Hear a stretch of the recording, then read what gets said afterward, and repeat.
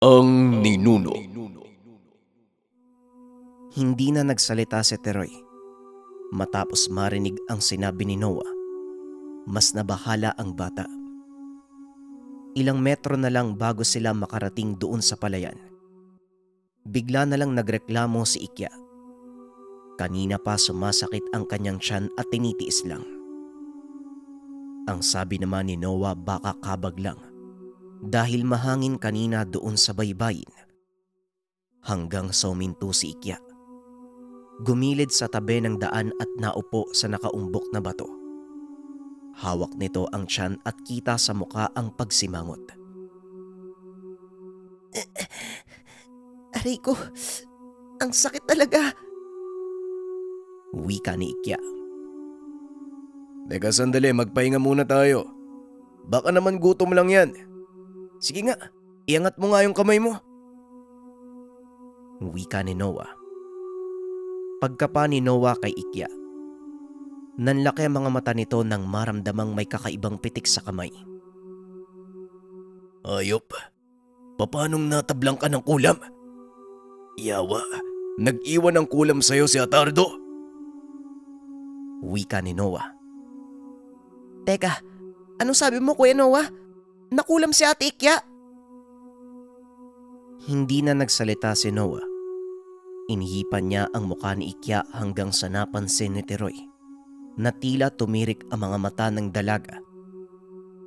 Kagad niyang tinapik ang balikat nito, pero bigla na lang bumagsak ang ulo ng babae. Naloko na. Teroy, mauna ka dali. Bubuhatin ko siya. Sana makaabot pa tayo sa bahay. Sobrang bilis ng panghihina ng katawan niya. Uy, Ikya! Ikya! Wika ni Noah. Nagmamadali namang tumakbo si Teroy. Kasunod si Noah habang karga si Ikya. Balisa ang mukha ni Noah. Hindi niya na nararamdamang humihinga pa ang kapatid. Kaya naman naiisip ni Noah na gamitin ang paraan upang mabilis na makarating sa isang lugar. Kaso nag-aalala siya dahil may iwan naman si Teroy. Ngunit wala nang pagpipilian. Kapag tumagal pa ay maaaring mamatay si Ikya. Dito niya na piniling abisuhan si Teroy. Teka sandali, makinig ka. Total alam mo naman kung paano makakarating sa bahay. Mauuna na ako. Kailangan matignan kagad ni Ikya. Wika ni Noah at bigla na lang naglaho. Habang si Teroy naman, nanlaki mga mata. Tinignan niya ang paligid pero wala na si Noah. Napakadilim ng lugar, kaya hindi na alam ng bata ang gagawin sa pagkataranta. Tumakbo na ito ng mabilis. Walang lingon-lingon habang umiiyak. Ano ba naman yan, kuya? Ang daya mo. Ginamit mo na naman yung katangian mo eh. Mabuti sana kung ikaw yung may iwan mag-isa dito eh. Naku naman oh. Teka, tama ba tong dinadaanan ko? Ang dilim ah. Wika ni Teroy. Patuloy lang sa pagtakbo hanggang sa makita ang lugar kung saan may bumagat sa kanilang aswang. Dito mas lalong natakot si Teroy. Tuluyan ng umiyak at sumigaw ang bata. Lalo na nang marinig niya ang mga kakaibang huni sa palayan. Kahit sobrang pagod na, hindi pa rin huminto ang bata sa kakatakbo. Naging kalmado na lang ito nang makita ang sagingan. Isang paiwatig na malapit na siya sa tahanan nila Noah. Samantala, ng mga sandaling ito, labis ang pagkataranta ni Lolo Rogelio nang dumating si Noah. Nakita ang kalagayan ni Ikya. Habang si Carlos naman, nanlaki ang mga mata sapagkat maputla na ang apo. Teka, ilapag mo dyan sa sahig. Ano bang nangyari? Nasaan ang paslit? Tanong ni Lolo Rogelio. Pauwi na po kami, kaso bigla pong sumakit yung tiyan ni Ikya eh. Si Teroy naman kasunod po namin. Mang Rogelio, kinulam po si Ikya. Sobrang bilis po ng bisa. Wika ni Noah. Hindi kagad nakapagsalita si Lolo Rogelio. Inalam niya muna ang pulso ng dalaga at maya-maya pa Kinumpirma ni Lolo Rogelio na nakulam nga si Ikya. Kumuha ka ng dahon ng atis at kung merong tanglad, kumuha ka din. Dalian mo! Wika ni Lolo Rogelio kay Noah. Nang marinig naman ito ni Noah, kagad siyang umalis at pumunta sa likod ng bahay. Pagbalik nito, dala na ang utos ng matanda. Kagad din namang inilagay ni Lolo Rogelio ang mga dahon sa tagiliran, likod, at sa pagitan ng kilikili at bisig ni Ikya. Matapos nun, nagsimula ng mag-usal ang matanda habang tinatapik ang kamay ni Ikya. Maya-maya pa, inihipan ang bumbunan ng dalaga at dito nagulat si Noah. Bigla na lang huminga ng malalim si Ikya, sabay suka ng mga basang buhangin. Teka, kakaibang kulam at siguradong malakas. Mabuti at nakarating ka kaagad at nagamot ni Rogelio. Wika ni Mang Carlos. Naglabasa na sa bahay ang ibang miyembro ng pamilya dahil nabulabog ang mga ito sa pagtulog. Ang tiyo ni Noah at ang dalawang anak. Nagbungkahi si Carlos na kumuha muna ng tubig upang mapainom kay Ikya. Tama. Napakalakas ng mangkukulab. Mas malakas pa kay Sarong. Mantakin mo. Sa ganong kadaling panahon, kumapit kagad ang kulab. Kulam na may halong barang pa. Wika ni Lolo Rogelio. Nakaramdam naman ng gaan ng loob si Mang Carlos. Habang si Noah, napapailing na lang ito sabay bitaw ng mabigat na salita. Bagaman nagkamali na si Ikya, pero halatang sa sobrang pagod nang hihina na ang katawan niya habang pinapainom pa ng tubig. Panay suka si Ikya at pinagpapawisan ng malamig. Maayos na siya. Kailangan niya lang magpahinga. Teka, paano ba siya tinamaan ng kulam? Taglay niya ang tanga ng mutya ng bigas ah. Hindi makakapasok sa katawan niya ang negatibong presensya. Tanong ni Lolo Rogelio. Yun nga din po ang hindi ko maintindihan. Kasi naudlot sa pagsasalita si Noah dahil biglang nagkahulan ang mga aso. May taong paparating. Pag-angat ng ulo ni Lolo Rogelio, nakita niyang tumatakbo si Teroy at doon nanggaling sa likod ng bahay. Ano ba naman tong batang ito? Oo. Bakit sa likuran dumaan? Dito ka nga! Hoy! Sabing dito baka makagat ka dyan ng aso eh. Anong nangyari? Bakit ka umiiyak? Tanong ni Lolo Rogelio. Iniwan ako ni Kuya Noah sa daan eh. Ang dilim pa naman. Wika ni Teroy. Naku, pasensya ka na ha. Kailangan ko kasing magbadali eh. Teka nga, bakit ka ba natatakot? Kanina lang ang tapang mo habang karap si Atardo ah. Ang angas mo pa nga magsalita eh. Wika ni Noah.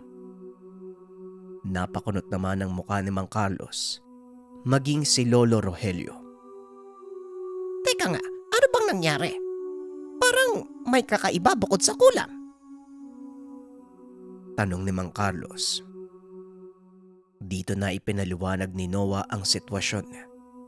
Detalyadong sinabi niya ang lahat ng ginawa. Kung papaano natugis ang kriminal, napatay ang isa pa, at kung paano nakatakas ang nagngangalang Atardo. Pati na rin ang mga nalamang impormasyon patungkol sa pagpatay ng mga kriminal. Kontrolado sana namin yung laban. Etong si Teroy, natakot doon sa Amaranhig eh. Tinawag pa yung tikbalang kaya ayun. Napakawalan ko si Atardo. Huli na sana yun eh. Wika ni Noah. Ay sos Ginoo. Hindi mo pa kabisadong pagtawag sa kanila. Di ba ang sabi ko, may mga batayan. Naku, anong nangyari? Mabuti at walang ginawa sa inyong tikbalag. Sino ba ang lumabas? Tanong ni Lolo Rogelio.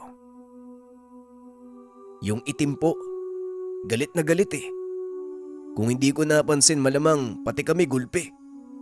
Napaliwanag ko na sa kanya kanina kung anong ugali ng tikbalang. Nabisuan ko na din. Hoy, bakit ang tahimik mo dyan, Teroy? Huwag ka na mag-alala, maayos na ang kalagayan ni Ikya. Mabuti na lang nakarating ako kaagad dito. Wika ni Noah. Hindi naman yun eh. Basta kung alam mo lang yung hirap na dinanas ko. Akala ko nakarating na ako. Ang dilim kaya, kung saan ako napadpad. Buti na lang nakita ko yung bahay nyo. Kaso mali pala yung pinuntahan ko, nasa bandang tuktok ako. Kaya ayan, napunta ako sa likuran. Tugon ni Teroy. Huwag mo sabihing nagtatampo ka. Huwag sa ganitong sitwasyon. Pagiging makasarili yan. Tama lang ang ginawa ni Noah. Dong, turuan mo nga tong batang to kapag may oras ka upang matutunan niya ang proseso sa paglalakbay ng mabilis para makadaan sa mga portal. Nakaharap niyo na pala dalawang grupo. Bukod pa dyan, may dahilan kaya sila pumapatay at kinukuha ang dugo ng tao. Negosyo pala ang hinayupak, animal. Ang mahirap nito, Carlos, marunong sa marka ang kalaban. Marka ng panlilin lang kagaya ng ginawa mo. Bukod pa dyan, taglay din ang sino nga ba yun? Atardo, taglay niya ang mutya ng putek. Mahirap to. Kailangan nating pag-aralang mabuti ang kinikilos nila. Wika ni Lolo Rogelio. Amang Rogelio, Lolo Carlos, may isa pa nga daw po na taga rito. Gustong sumali sa grupo nila. Ayon po sa kasama nilang mamamatay kanina. Pero sino kaya yon? Ang sabi may malakas daw na karunungan eh. Sa pagkakaalam ko, kayo lang naman po may malakas sa kaalaman dito. Wika ni Noah. Panandali ang natahimik ang lahat. Nang mga sandaling ito ay kasalukuyang inaasikaso si Ikya. Kinuha ito ng tiyuhin at pinasok sa tahanan. Makikita sa mukha nila na halatang nag-iisip ng malalim, habang si Teroy naman nilalaro ang baston gamit ng taliri. Baka ikaw, Carlos, meron ka bang naaalala na may malakas na karunungan bukod sa atin? Sa akin si Gloria lang pero patay na. Hindi naman pwedeng si Sarong dahil paralisado pati yung kaluluwa. Sino kaya? Teka, si Domingo. Hindi naman pwede. Kasi mabuting tao yon. Ang hirap nito Basta kung sino man yan, kasama na siya sa mga tutugisin natin. Wika ni Lolo Rogelio. Hindi naman nagsalita pa si Noah. Tumango lang ang binata at sinabing bukas ng umaga ay hahanapin niya kung sino ito. Mabuti sana kung kasama si Ikya. Dahil mahirap kilatisin dahil sa bisa ng gamit at kaya nitong magtago sa malakas na sabulag. Huwag mo nang dalhin si Ikya. Wala akong kumpiyansa sa kapatid mo. Hindi ko nga alam kung anong diskarte nun at kung paano humarap sa kalaban. Wika namang Carlos. Ngunit sinabi ni Noah na mapagkakatiwalaan si Ikya. Mailap ito at alam na alam ang gagawin. Etong si Teroy, bakit hindi mo isama? Tanong ni Lolo Rogelio. Natatakot ako sa kanya eh. Sinabi ko namang magtiwala sa gamit at huwag magpadala sa takot. Yun, nakakita lang ng pangit sa kababaho. Nabahag na. Paano kung makakita uli yan ng aswang? Di tatawagin na naman yung tikbalang. Mabuti sana kung kabisado niyang gamitin ang pamamaraan eh.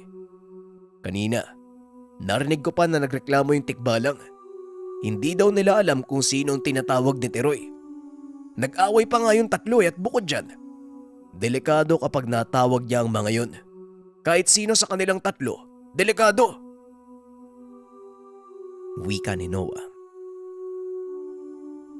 Bueno, naiintindihan kita. Bukas kasama mo ko. Ikaw, Teroy, kasama ka din. Pero ihahatid kita diretso sa inyo. Baka hinahanap ka na ng magulang mo eh. Kami na muna ang kikilos. Tugon ni Lolo Rogelio. Nagkasalubong naman ang kilay ni Teroy.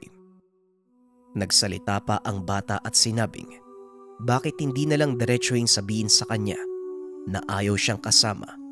Bakit ang dami pang dahilan? Teka lo, di ba sa gabi lang naman malaya ang mga tikbalang? Pwede naman akong sumama bukas eh. Kasama ako. Pangako hindi na ako matatakot. Hindi ko na din tatawagin yung tikbalang kapag alam ko sa sarili ko na kaya ko yung laban. Kung tatawagin ko man, mag-aabiso po ko sa inyo. Wika ni Teroy. Talaga lang ha? Susunod ka sa sasabihin ko. Susunod ka sa sasabihin namin ng lolo mo at hindi ka mag-iinarte. Kapag sinabing kaya, kaya mo yun.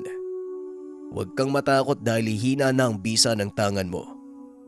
Nako, baka yung katuwagan mo pang maging dahilan kung bakit mauudlot ang legasiya ni Mang Rogelio. Kakala sa mga gabay sa'yo at lalong magagalit. Tugon ni Noah. Hindi na nagsalita pa si Teroy. Panay tangulang ito sa bawat payo ni Noah. Habang si Lolo Rogelio naman, sinadya niyang sabihin na ihahatid ang bata pauwi para maging agresibo. Alam ng matanda na matigas ang ulo ni Teroy, kaya talagang tatanggi ang paslit kapag ibabalik na siya ng tahanan. Matapos ng pag-uusap, dito na nagmungkahi si Mang Carlos na maghapunan sila Teroy. Alam niyang walang kain ng mga ito at nakikita niya din sa bata na pagod na at halatang gutom. Yun na nga ang nangyari. Matapos makakain ay nagpahinga na si Noah. Hindi naman natulog si Lolo Rogelio dahil binabantayan niya ang kalagayan ni Ikya. Nasa sala lang ito natutulog. Nakikita niyang nakasimangot ang mukha ni Ikya habang nakapikit ang mga mata. Halatang masakit pa rin sa katawan, bagaman nagamot na ito ng matanda. Samantalang si Noah naman ay nasa beranda. Doon naglatag ng banig sa sahig, sa tabi ni Mang Carlos na nasa katre. Pero habang lumalalim ng lumalalim ang gabi, hindi dinadalaw ng antok ang bata. Ikalawang gabi na ito na hindi siya makatulog. Mula nang mailipat sa kanya ang tangan ng lolo kagabi hanggang sa ngayon, hindi naman sa binabagabag, pero namamangha si Teroy dahil sa bilis ng pangyayari. Kanina lang napalaban sila ni Mang Rogelio kay Sarong at kinagabihan naman kay Atardo. Sinasariwa niya ang bawat pangyayari at sa maikling panahon, marami siyang natutunan. Dito niya napagtanto ang kaibahan ng pagkakaroon ng tangan kumpara sa karaniwang tao. Maya-maya pa, narinig ng bata na tila galit ang aso sa gilid ng tahanan. Umaangil at may namataang hindi maganda. Dahil malapit lang ito sa kanya, bumangon ang bata at napiling tignan kung anong ikakagalit ng aso pagtungtong sa rehas ng beranda. Bigla na lang may humawak sa balikat, dahilan kaya napatigil ang bata at nagulat. Pero hindi siya sumigaw dahil may natutulog. Pag-angat niya ng tingin, naroon si Lolo Rogelio habang sumisenyas na huwag mag-ingay. Ang mga mata naman nakatuon sa sagingan. Apo, bumalik ka sa baba. Huwag kang magpapalata. May taong nagbabantay dyan. Bulong ni Lolo Rogelio. Nang mga sandaling ito, maging si Noah ay nakasilip din sa bintana. Naroon ito sa kwarto. Naramdaman na may nagmamasid sa lugar. Marahan namang bumaba si Teroy habang si Lolo Rogelio naman pasimpleng umupo sa gilid at nagsindi pa ng tabako. Mamaya, hindi makakatiis at lalapit yan. Napakalakas niya. Pati mga aso natatakot. Ang hina ng tahol, oh. Wika ni Lolo Rogelio. Aswang po bang nakatago sa dilim, Lolo? Tanong ni Teroy. Hawak na ni Teroy ang baston. Ang sabi naman ni Lolo Rogelio ay hindi. Tao lang pero may malakas na karunungan. Kung ganun, hindi yan si Atardo. Aswang yun, sabi ni Ate Ikya eh. Hindi na nagsalita pa si Lolo Rogelio. Maya-maya pa bigla na lang may kumaluskos sa likod ng tahanan.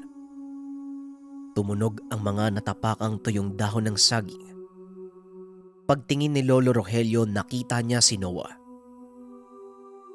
Sabi ko na nga ba naramdaman din ni Noah eh. Diyan ka lang dong ha. Mamaya ka na lumabas. Huwag kang mag-iingay. Baka magulat si Carlos. Atakihin pa sa puso. Wika ni Lolo Rogelio. Marahan itong bumaba ng beranda. Pumunta sa bakuran at nagkunwaring umiihi. Pero habang nangyayari ito, nakasubaybay lang siya sa kilos ni Noah. Alam niya sa sarili na binaba ni Noah ang karga sa katawan upang hindi ito mamalayan na nasa likod lang pala ng bahay. Umabante ng lakad si Noah hanggang sa bigla na lang itong tumakbo ng mabilis, sabay suong sa makapal na sagingan. Habang si Lolo Rogelio naman ay kumilos na. Nagmamadali itong naglakad papunta sa kinaroroonan ni Noah. Hindi na nakatiis si Teroy. Sumunod na ang bata. Kamuntikan pang mahagip ang paa ng sunggaban ng aso. Ano ba naman yan, no? Ang haba pala ng tali ng aso na to. Uy, huwag ka naman ganyan. Wika ni Teroy. Naglikha ito ng ingay. Nakita niya si Lolo Rogelio. Galit ang muka habang nakatitig sa kanya. Pero patuloy pa rin ang matanda sa sagingan. Hanggang sa nakarinig si Teroy ng kalabugan at mahinang pag-ungol. Mabilis niyang pinunta nito. Hanggang sa nakita niya na nakikipagbuno si Noah sa isang tao. Teroy, doon ka sa kabila. Kung sakaling tumakas, hampasin mo gamit ng baston. Wika ni Lolo Rogelio. Sumunod naman kagad si Teroy. Pumunta ang bata doon malapit kay Noah. Hanggang sa dito niya medyo naaninag ang tao. Kalbo. Nakaubad pang itaas. Matangkad at malaki ang katawan. Nakikipagpalitan ng pagsuntok si Noah. Hindi nasundan ni Teroy ng tingin dahil madilim. Pero rinig niya ang pagyanig ng mga puno ng saging. Mas lumapit pa si Teroy. Naganap ng pagkakataong maihataw ang baston. Hanggang sa pababa na ng pababa ng lugar ang labanan at nakarating na sa gilid ng palayan. Dito nakita ni Teroy na tila dehado si Noah. Kaya naman hindi na siya nag-intay at tumulong na ang bata. Habang umaatras si Noah, ninakawan niya ng atake sa likod yung tao. Sa pagkakataong ito, may kasamang usal at tigalpo. Ito ang pangunahing pamaba na itinuro sa kanya ni Lolo Rogelio. Nang tamaan yung lalaki, napatalon ito na tila nasaktan ng sobra.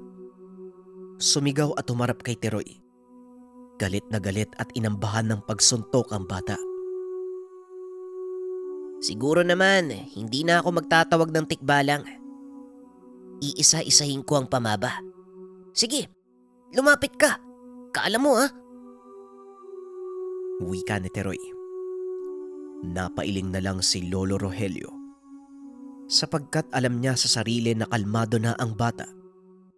Hindi na ito batang kumpiyansa. Nakikita niyang mabilis ang kilos at hindi magawang mapatamaan ng tao. Habang si Noah naman ay inagaw ang pagkakataon. Noong nakatuon ang atensyon ng kalaban sa bata, mabilis niyang binangga ang tao. Dahilan kaya natumba ito sa palayan at dinaganan ni Noah. Yawa ka. Anong ginagawa mo dito? Sige animal, subukan mong gumalaw. Kanina ang hirap mong tamaan eh. Malakas ka ba? Wika ni Noah. Lumapit si Lolo Rogelio. Nag-usal ng pamaba sabay tapik sa balikat ng tao. Ramdam mo naman siguro ang ginawa ko. Sa oras na gumalaw ka, kusa kang mamamatay. Sige, bitawan mo na, Noah.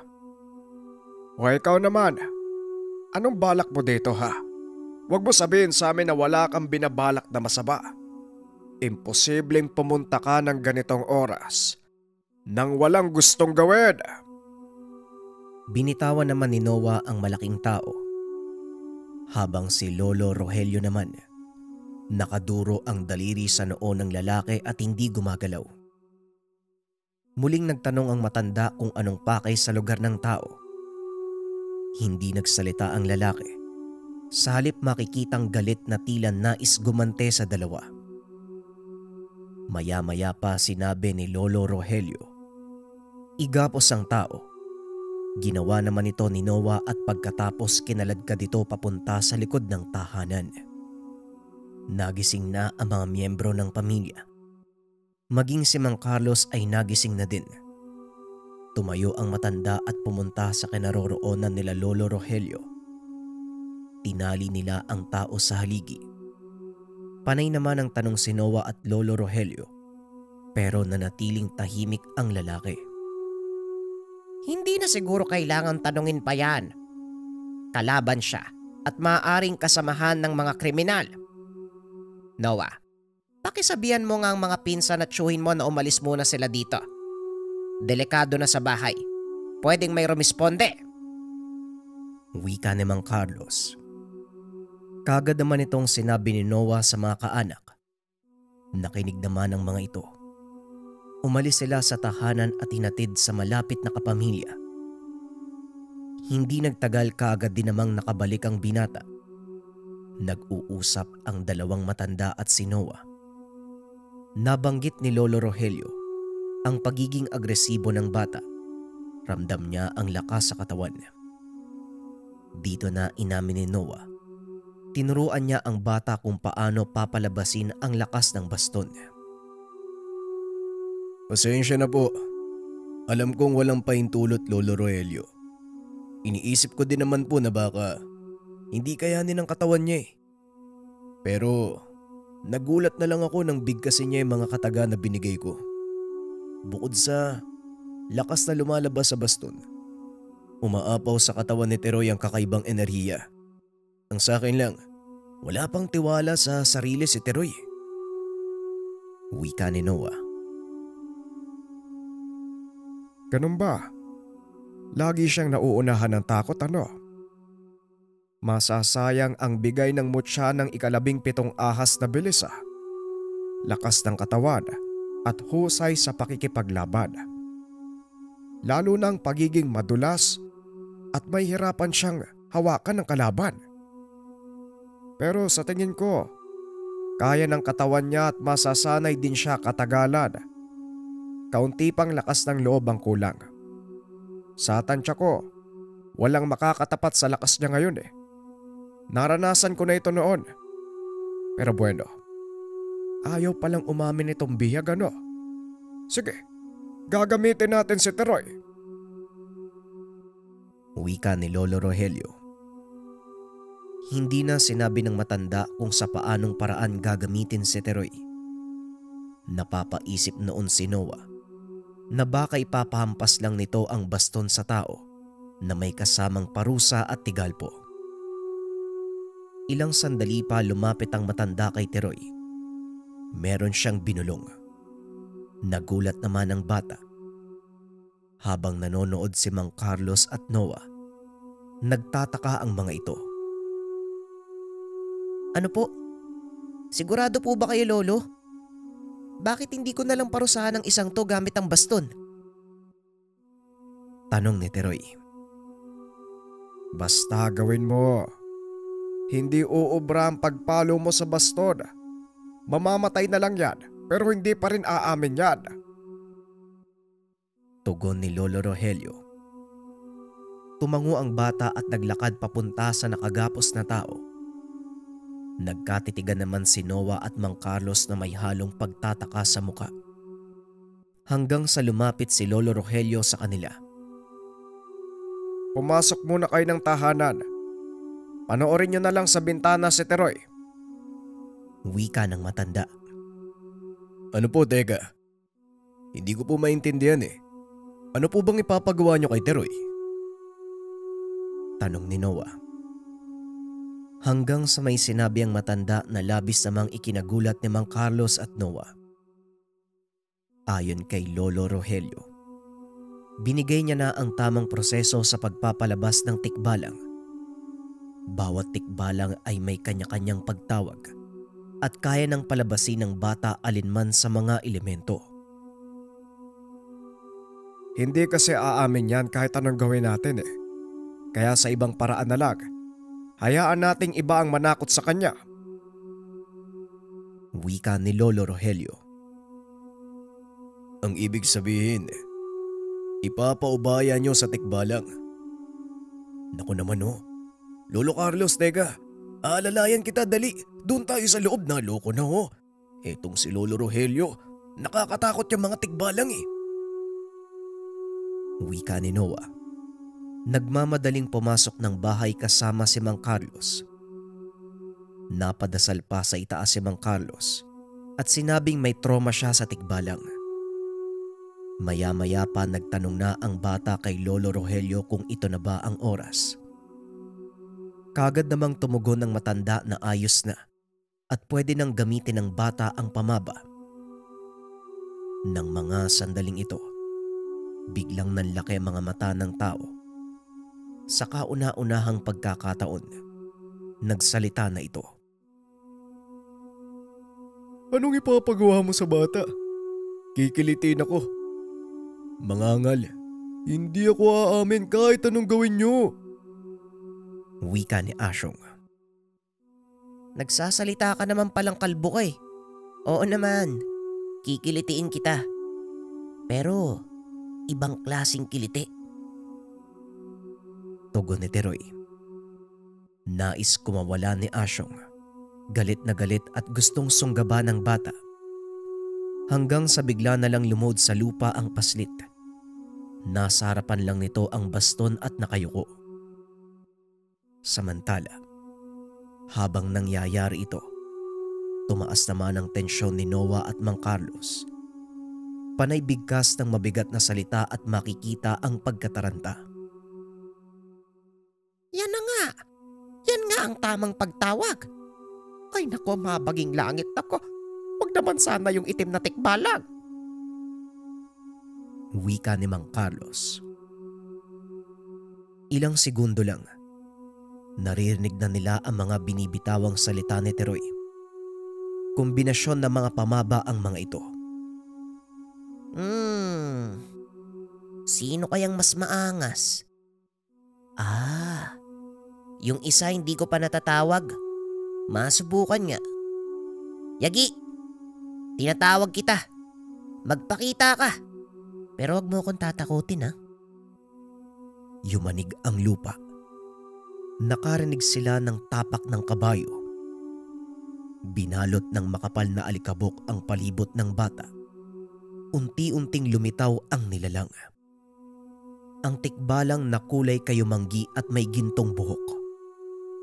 Nakaload ito sa harapan ni Teroy at nakadungaw ang mukha sa bata. Nagliliwanag ang mga nanlilisik na mata. Napailing na lang si Lolo Rogelio ng mga sandaling ito.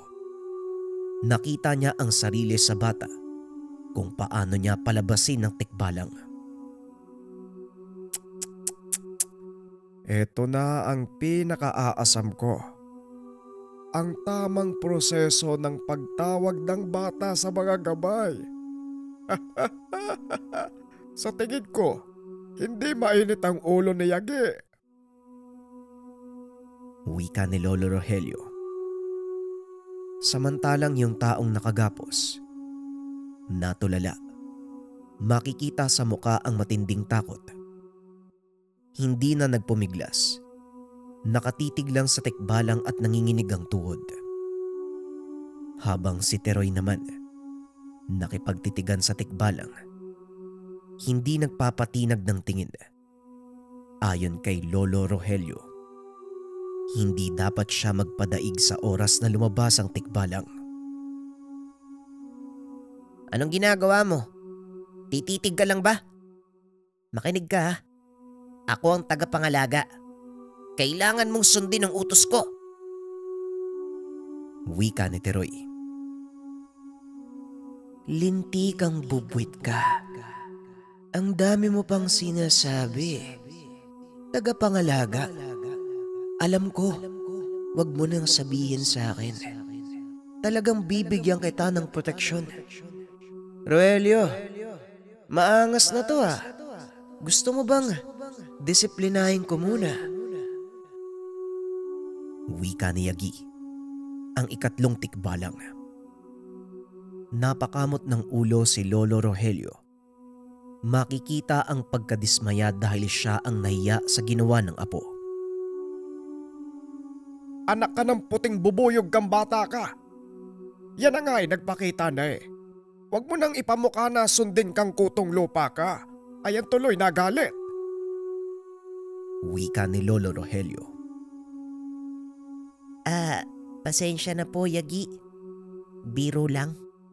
Ikaw naman kasi. Huwag ka kasing tumitig sa akin ng ganyan. Yung taong nakagapos ayaw umamin. Gusto ko sana ikaw yung gumawa ng paraan. Wika ni Teroy.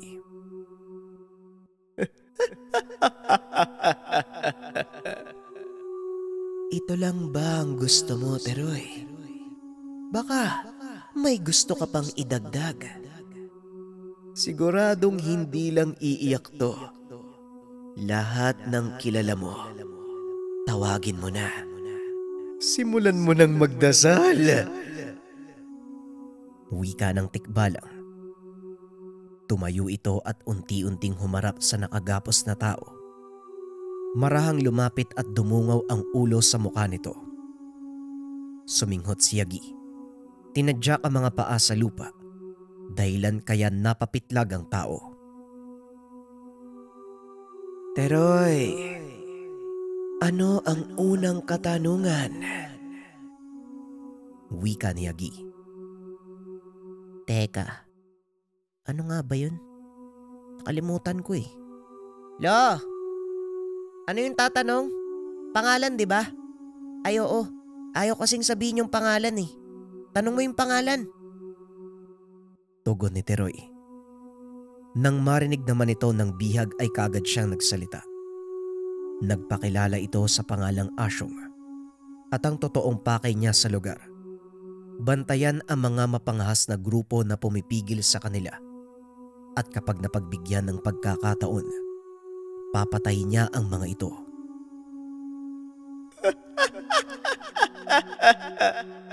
Pangalan lang ang tinatanong. Ang dami mong sinabi. Teroy, sapat na ba yun? Wala ka na bang idadagdag pa? Ayaw mo bang tadyakan ko yung muka? Wika ni Yagi. Dito mabilis na lumapit ang bata at pinaghahampas sa katawan si Asyong. Galit na galit ang bata. Nagliliwanag ang baston kada pagtama sa katawan ng lalaki, na siya namang ikinagulat ni Lolo Rogelio, pati na din si Mang Carlos at Noah. Animal to. Kanina pa namin tinatanong ang tigas ng ulo. Yan yung bagay sa'yo. Sabi na eh, kasapi ka ng mga kriminal eh. Wika ni Teroy habang patuloy sa pagpalo sa tao. Unti-unting bumagsak ang ulo hanggang sa napaluhod na lamang ito. Makikita ang pagkagulat ng tikbalang. Nanlaki mga mata na tila namangha sa ginawa ni Teroy. Aba, matapang naman pala ang bata. Bakit mo pa ako pinatawag? Hindi naman pala masyadong mahalaga. Tanong ng tikbalang. Pasensya na Yagi ha, sana maintindihan mo. Kinakailangan talagang takutin yung tao eh. Psst! Hoy! Teroy! Kumalma ka nga dyan! Wika ni Lolo Rogelio. Nang mabaling ang atensyon ng tikbalang sa mga nakasilip sa bintana, halos sabay na dumapa si Noah at Mang Carlos. Maya-maya pa bago umalis ang tikbalang, nag-iwan pa ito ng sipa sa tao para kahit papano hindi masayang ang pagpapakita niya sa lupa. Sa susunod, Teroy, tawagin mo lang ako kapag may gulpihan. Nakakabitin eh. Sa susunod ha, kapag nabitin ako, ikaw ang sisipain ko. Wika ni Yagi at bigla na lamang naglaho. Habang si Teroy naman ay inawat na ni Lolo Rogelio. Nakita ng matanda na lantana ang itsura ni Asyong. Dagdag pa dyan ang pagsipa ng tikbalang. Tama na yan. Ayos na yan. Ang kulit talaga nitong bata na to, oo. Wika ni Lolo Rogelio sabay angat sa buhok sa sentido ng bata. Aray ko, Lolo. Masakit po. Wika ni Teroy. Nalaman na nga natin kung anong pakay eh. Pero may kailangan pa tayong malamang iba. Baka naman mamatayan sa ginagawa mo. Wika ni Lolo Rogelio. Binitawan niya ang buhok ng apo. Lolo Rogelio, ayos na ba? Pwede na ba kaming lumabas? Wala na yung alaga ng bata? Lolo Carlos, mukhang wala na yata. Pero dito lang kayo sa loob ng bahay ha. Huwag na kayong sumunod sa likod. Wika ni Noah. Tumango lang si Mang Carlos at lumabas na si Noah. Napatingin pa ito sa buong paligid at sinisiguradong wala na ang tikbalang. Umalis na, Noah. Wala ka nang dapat ikatakot. Teka. Ay, mabuti na lang buhay pa to, oo. May pulso pa si Asyong, ikaw talagang bata ka. Tama ka, Noah. Napalabas niya na ang bisa ng mutya ng 17 ahas. Hindi lang ang tikbalang ha. Sumasabay na din ang totoong bisa ng gamit. Mas malakas na pinsala ng baston kasabay ng malakas na katawan. Nakikita ko na ang sarili ko noon kay Teroy. Wika ni Lolo Rogelio. Sa hindi malamang dahilan, bigla na lamang natumba ang bata. Nanlambot ang katawan at nahimatay. Kagad namang lumapit si Noah at kinapa niya ang bata. Ang sabi naman ni Lolo Rogelio, dulot ito ng paghupa ng enerhiya sa katawan ni Teroy. Marahil naging payapa ang isip ng bata at nawala na ang tensyon. Kapag nangyari ito ay kusang bababa ang karga. Magpapahinga ang katawan. Yan ang mga karaniwang karanasan ng mga baguhan. Pero kapag tumagal, makakayanan na ni Teroy ang matagalang laban. Mabuti nga yan at nang makapagpahinga. Pangalawang gabi nang walang tulog eh. Tignan mo nga naman ang mukha ng kutong lupa na to, oo. Napaka-inosente. Akala mo hindi pilyo, humihilik pa. Pagkagising niyan ay siguradong babalik yan sa kalokohan niya. Dong Noah, pakilipat na lang siya doon sa beranda. Ako nang bahalang magbantay dito sa biyag. Wika ni Lolo Rogelio. Tumango naman si Noah bilang pagsang-ayon. Pagkatapos mailapag ang bata, bumalik na si Noah sa likod ng bahay.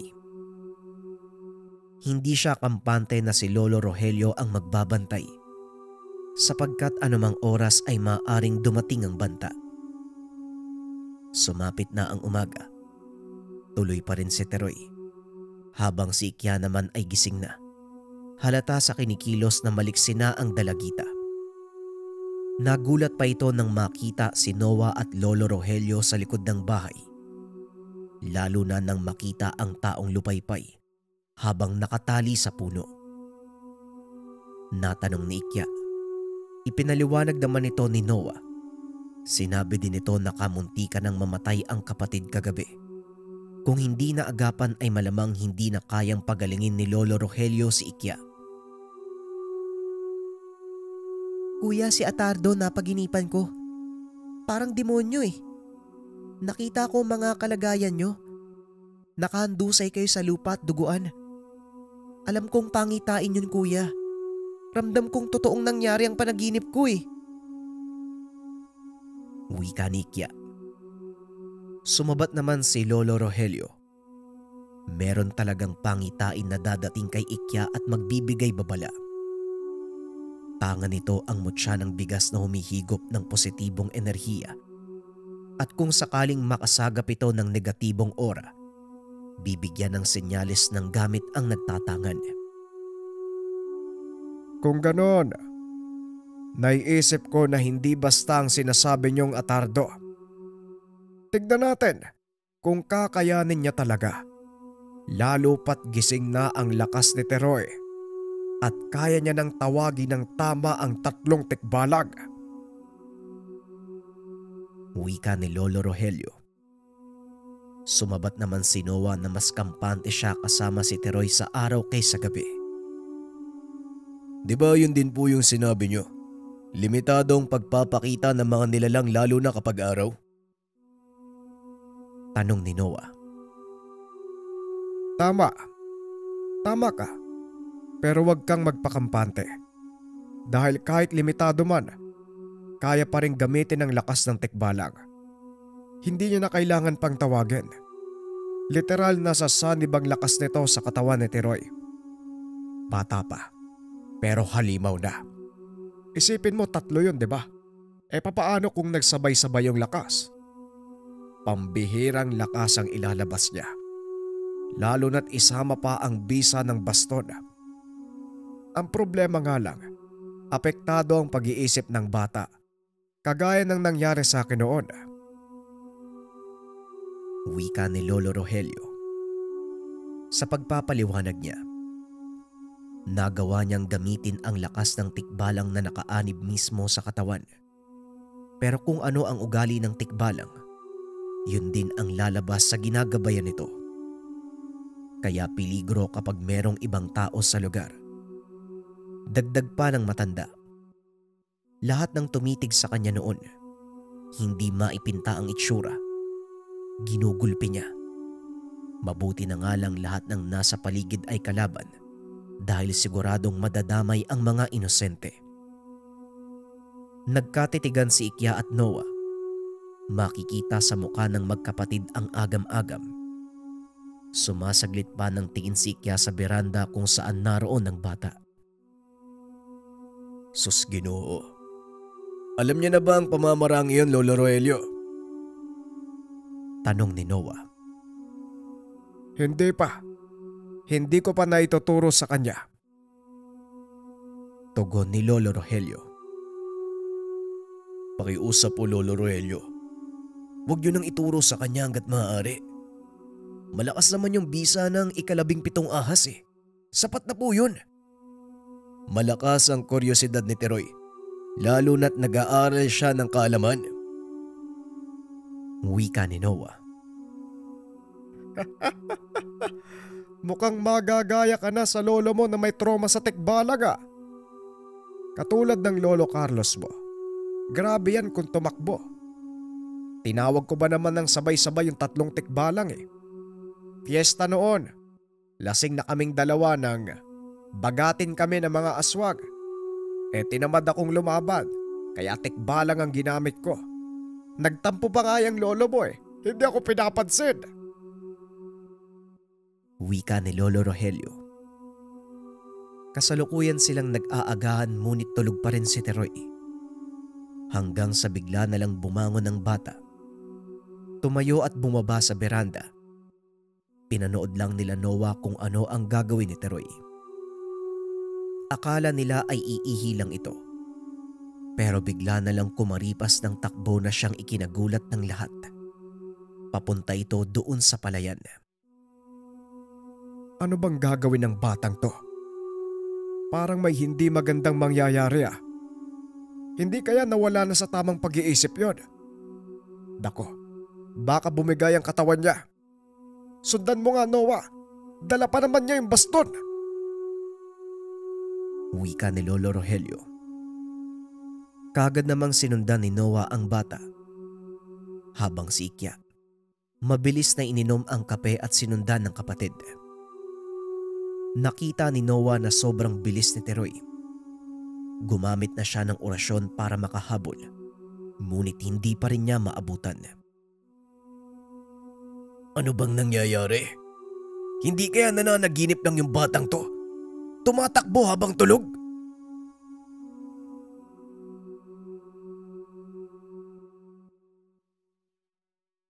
Ang Ninuno.